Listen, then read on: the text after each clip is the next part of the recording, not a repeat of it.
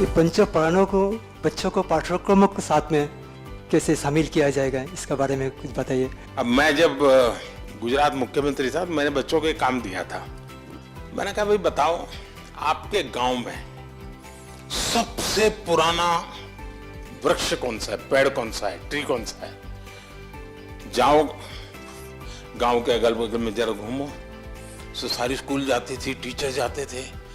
कोई कहता था ये हो सकता है 50 साल पुराना होगा, कोई कहता है ये 100 साल पुराना होगा, कोई कहता नहीं है। फिर वो गांव के बुजुर्गों को पूछते थे, तो फिर वो आइडेंटिफाई करते थे, मन बनाते थे, चलो भाई इन्होंने बोला इसको हम ओल्डेस्ट। तो मैंने कहा गांव वालों को पता होना चाहिए कि हमारे गांव का ये ओल्डेस्ट ट्री है। फिर मैंने उनको कहा कि आप उस ट्री की आत्मकथा लिखो, और आप हैरान हो जाएंगे कुछ बच्चों ने इतना बढ़िया लिखा था।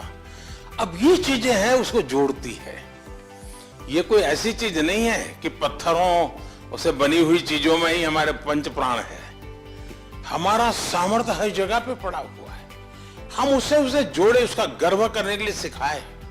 हम जब स्कूल में पढ़ते थे तो हमारे गांव में एक सोशल पॉलिटिकल ऐसे वर्कर थे।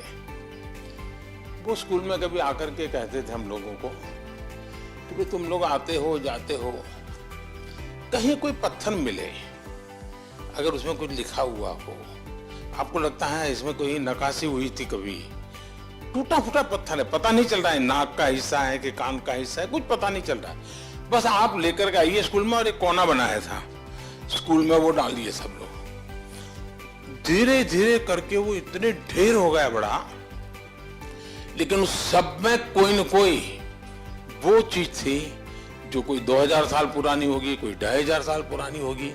बच्चों को तो इतना ही मालूम था। बड़े किसी व्यक्ति ने कहा है पत्थर ले आओ, तो वो लेके आते थे, हम भी ले जाके जाते थे। और कभी कभी तो ढूंढते रहते थे यार देखो कोई मिलता है क्या। लेकिन वो बाद में जाके विरासत बन गया। मेरे एक टीचर थे। अब स्कूल में समय पे आना चाहिए, इसके लिए वो कभी भाषण नहीं देते थे, कभी शिक्षा नहीं करते थे। तब तो हम बहुत बच्चे थे। लेकिन मैं आज एनालिसिस करता हूं तो उन्होंने बड़ी चतुराई की थी। उन्होंने एक डायरी लाए थे और डायरी सबको बताई बच्चों को। बोले सुबह जो पहले आकर के इसमें लिखेगा सेंटेंस, उसके बाद जो भी आएंगे उन सबको नीचे और सेंटेंस लिखना पड़ेगा। लेकिन मानो पहले ने लिखा कि सूर्योदय बहुत ही सुंदर होता है, तो फिर बाकी जो भी आएंगे उनको सूर्योदय या सुंदर पर ही लिखना पड़ेगा। तो हर एक को रहता था कि यार मैं कोई और लिखे उसको फॉलो करूं, मैं जाऊंगा। तो हमारे क्लासरूम में ये एक छोटी सी चीज थी, सबको रहता था। और बाद में जब साल भर के बाद देखा, इतने क्रिएटिव आइडियाज थे उसमें। मेरे एक टीचर, अभी उनका स्वर्गवास हुआ, और वो करीब 98 थे आखिर में। आप हैरान हो जाएंगे, हर महीने 2 चिट्ठी मुझे आती थी उनकी, और चिट्ठी भी लंबी लिखते थे। रिटायर्ड हो गए थे तो समय भी था, लेकिन हैंडराइटिंग इतने शानदार handwriting. At the age of 98 मैं आज भी सारी चिट्ठियां मैंने संभाल के रखी है। और हर बार किसी किताब का रेफरेंस देना, कोई कोटेशंस मुझे लिख करके भेजना, किसी घटना का एनालिसिस करके भेजना, वो जीवन भर मेरे लिए टीचर ही रहे। मेरा कभी उनसे नाता टूटा नहीं। और मैं मानता हूं कि हम लोगों को ऐसे विद्यार्थी तैयार करने चाहिए जिनके जीवन में मां के बाद टीचर का स्थान होना चाहिए। और अगर वो मैं नहीं करता हूं तो कमी मेरी है, उस स्टूडेंट में नहीं है।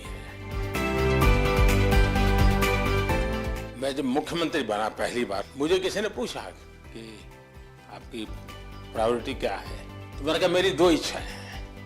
एक, बचपन में मेरे साथ जो स्कूल में मेरे दोस्त पढ़ते थे, उनको मैं 30-35 साल से मिला नहीं हूं, तो उनको मेरे घर बुलाना चाहता हूं। और दूसरा मैंने कहा जिन टीचर्स ने मुझे पढ़ाया है मैं उनका सार्वजनिक सम्मान करना चाहता हूं। तो मैंने मेरे सभी टीचर्स को सार्वजनिक सम्मान का बड़ा कार्यक्रम रखा था और शायद देश में पहली बार ऐसा हुआ होगा कि किसी देश के मुख्यमंत्री ने अपने जीवन में अपने टीचर्स का सम्मान करना इसको प्राथमिकता दी।